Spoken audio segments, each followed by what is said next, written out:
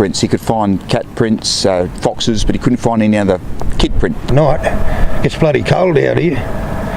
You know, Yunda's the coldest place in South Australia. A 4-year-old lad, they just don't disappear into thin air. They have to be somewhere. Somewhere out here, in the endless stretch of South Australia's outback, a little boy's laughter once echoed across the dry wind. 4 years old, barefoot, close to home, a place where he was supposed to be safe. And then he was gone. No sound, no trace, no sign of where he went. In the space of a single ordinary afternoon, a family's world cracked open, and a small rural community was left with a silence that has only grown heavier with each passing day. They searched. Neighbors, volunteers, strangers walking shoulder to shoulder under a burning sky. Every step carried the weight of a single question. How does a child vanish in a place where every sound travels for miles? Weeks have passed. The search faded. The headlines thinned. But the ache in that family's chest never eased. The hope never truly left. And now, something has shifted. Police are back on the property. Search teams are returning to the same soil they combed before, because somewhere out here, in this quiet stretch of land, lies an answer no one has been able to find. This isn't just a story about a missing child. It's about the kind of silence that keeps families awake at night long after everyone else has moved on. It began on the afternoon of September 27th, a quiet, ordinary day on a sprawling rural property outside Yunta in South Australia. The land stretched far and wide, dry paddocks, open plains, old fences weathered by years of harsh wind. 4-year-old Gus Lamont was last seen by his grandmother, just a few meters from the house. It wasn't a moment anyone thought they needed to remember. No raised voices, no sound of alarm. Just a child playing close to home, in a place his family had always known as safe. But in the space of minutes, everything changed. When his grandmother turned around, Gus was no longer where she left him. She called his name, she searched the yard, and when there was still no answer, the alarm spread quickly across the property. Within hours, what started as a family search became one of the largest coordinated efforts the region had seen in years. Police, emergency services, SES crews, mounted patrols, helicopters, drones, and dozens of volunteers combed the surrounding land. Every fence line was checked. Every gully, every dam, every bush track. They followed the sun until it disappeared and returned again at first light. The terrain itself made the search brutal. The ground was hard and dry, leaving little room for footprints.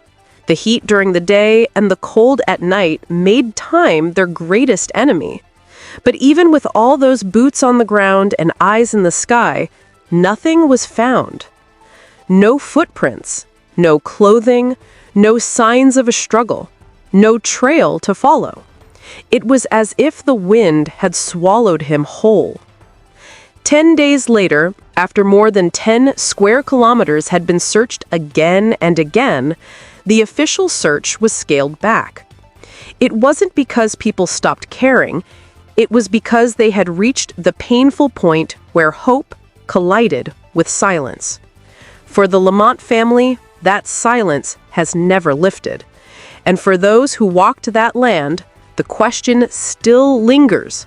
How can a child vanish so completely in a place so open, so still, so watched? When the sun rose the morning after Gus disappeared, the property no longer felt like home. It became a command post, a search zone. A map divided into grids, each square representing another piece of ground that had to be cleared, and another chance to bring him home. Teams moved methodically, foot patrols walked shoulder to shoulder through the scrub, eyes sweeping for the smallest sign. Mounted police crossed areas vehicles couldn't reach. Canine units traced scent trails that began near the homestead but faded into nothing. Drones and helicopters flew low over fence lines, creek beds, and open paddocks, their thermal cameras scanning for body heat against the cool ground. Every search path was logged with GPS, every sector marked as cleared. A forensic grid sweep followed. Specialists on their knees examined patches of dirt, brush, and fence lines, looking for fibers, prints, or even a single footprint that could explain a direction of travel. Nothing. Not one trace that could anchor a timeline to the land. Behind the scenes, investigators expanded beyond the property. Telecommunication data was quietly checked, looking for any unusual phone activity in the area. Highway surveillance footage along the barrier highway was reviewed. Social media was monitored for claims of sightings, tip-offs, or anything that could be cross-checked against official data. None of it produced a verified lead. The Lamont family fully cooperated with detectives from the Major Crime and Missing Persons Unit. Their interviews were consistent. Their timelines matched. Investigators found no discrepancies in their accounts of that afternoon. And yet, for experienced search coordinators, what stood out wasn't what was found. It was what wasn't. In most missing child cases, searchers recover something: a trail, a partial footprint, a discarded object, anything that tells the land's story. Here, the ground told nothing. No prints, no scent path, no trace of movement beyond the homestead. Forensic analysts later described the silence as highly uncommon. A child that age in open terrain rarely disappears without leaving a mark. And yet, Oak Park Station gave nothing. In the absence of answers, theories fill the silence. Some are grounded in search science, others grow from uncertainty, but each must be treated carefully, because at the heart of this story is not a headline, it's a little boy. The first and most common theory is accidental wandering, a child who simply walked away, curious, fearless, unaware of the dangers beyond the yard. In many rural disappearances, children are found close to home, often hidden by scrub or terrain. But in this case, what complicates that possibility is the complete lack of trace. No clear footprints, no items, no direction of travel. For search experts, that gap is difficult to reconcile with the scale of the original operation. A second theory, discussed publicly but with no evidence to support it, is third-party involvement. The idea that someone outside the family may have reached the property or its access tracks in a very small window of time. It's a theory that fits the absence of ground sign, but without confirmed sightings, vehicle traces, or forensic evidence, it remains unproven. Authorities have made no statement suggesting foul play. A third possibility involves search grid error or overlooked evidence. It's operational, not accusatory. If something was missed in the early hours, or if the terrain concealed something subtle, the renewed search could be a way to close those gaps, to make sure nothing, no matter how small, was left unseen. These are theories, not facts. What is fact is this: no conclusive evidence has surfaced to explain what happened on that late afternoon in September. And behind every line of speculation is a 4-year-old boy. Gus loved the Outback. He was known for following the family dog around the yard, for chasing light in the paddocks when the day softened. He was not a name in a file. He was someone's son, someone's grandson, someone's brother. As the investigation stretched into weeks, the weight of this disappearance didn't just fall on detectives. It fell on an entire community, one that had searched with their own hands and now lives with questions no one can yet answer. For the Lamont family, every day since September 27th has been lived in a quiet they never asked for. Friends have spoken publicly on their behalf, people like Fleur Tiver, who has stood by the family, defending their integrity and reminding the public that behind every headline is real pain. The Lamonts have cooperated with investigators from the start. They've faced relentless scrutiny not just from authorities, but from strangers online. As the case spread across the internet, misinformation and unfounded accusations began to circulate. AI-generated images, false claims of sightings, anonymous speculation, none of it verified. Each rumor chipped away at what little peace the family had left. In small towns, news doesn't just travel fast, it settles deep. Fear took hold. Distrust followed. People who once felt safe leaving doors unlocked now look over their fences at night, wondering how something like this could happen so close to home. Volunteers who once walked that land shoulder to shoulder now carry the emotional exhaustion of a search that gave them no answers. And for Gus's family, this isn't a case that lives on a screen. This is their morning, their night, their silence. Every sunrise without Gus isn't just another day. It's another unanswered question.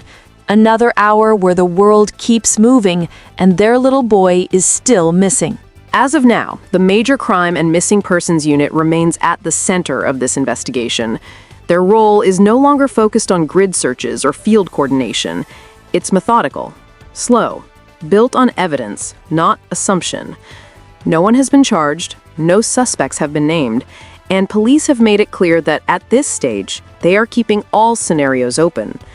This is the difficult middle ground where hope and law meet, where a child's disappearance shifts from an emergency response to a long, careful criminal investigation. In Australia, once survival timeframes pass and no clear evidence of location emerges, missing child cases are formally escalated. What was once a search becomes a criminal inquiry, even when there's no confirmed foul play. It's a legal process designed to preserve every possible lead, no matter how faint. Investigators are acutely aware that in rural terrain, forensic accuracy can make or break the case. Wind, sand, and animal activity can erase evidence in hours. A single footprint can disappear overnight. That's why every soil sample, every aerial image, every data point is cataloged with precision. Because in the absence of visible clues, forensic integrity becomes the backbone of justice. Behind the silence, the work continues, quietly, carefully, and under the full weight of the law. This case isn't just about a single child's disappearance. It has become a mirror held up to the fragile reality of rural life. In places where wide land meets thin resources, the vulnerability runs deep. There are no security cameras, no passing crowds, just long roads, open paddocks, and silence. When answers don't come, that silence does something to people. It fractures communities. It creates gaps where trust used to be. Neighbors who once shared tea and quiet evenings now live with a question none of them can answer. And in the digital age, the story doesn't stay local. Public pressure, online narratives, and media framing build a second world around the real one. A world where rumor spreads faster than fact, and families already grieving are forced to defend themselves against strangers they've never met. But beyond all the noise, there's something simpler, something that should never be lost. Gus isn't just a headline. He isn't a theory, or a file, or a mystery on a map. He is a little boy who deserves to be found. And a community deserves the truth, whatever that truth may be. For now, the Outback stays quiet, but silence does not mean the story is over. As investigators step once again onto Oak Park Station, hope steps with them. Every meter of land they cover, every new lead they follow, is one more chance to bring Gus home, to give a family the answers they've waited too long to hear. This story isn't over, and it must not be allowed to fade. If you want to follow this case with verified updates, not rumors, subscribe, stay informed, and help keep this little boy's name alive. Because silence should never be the end of a story. Gus Lamont, 4 years old, missing, but not forgotten.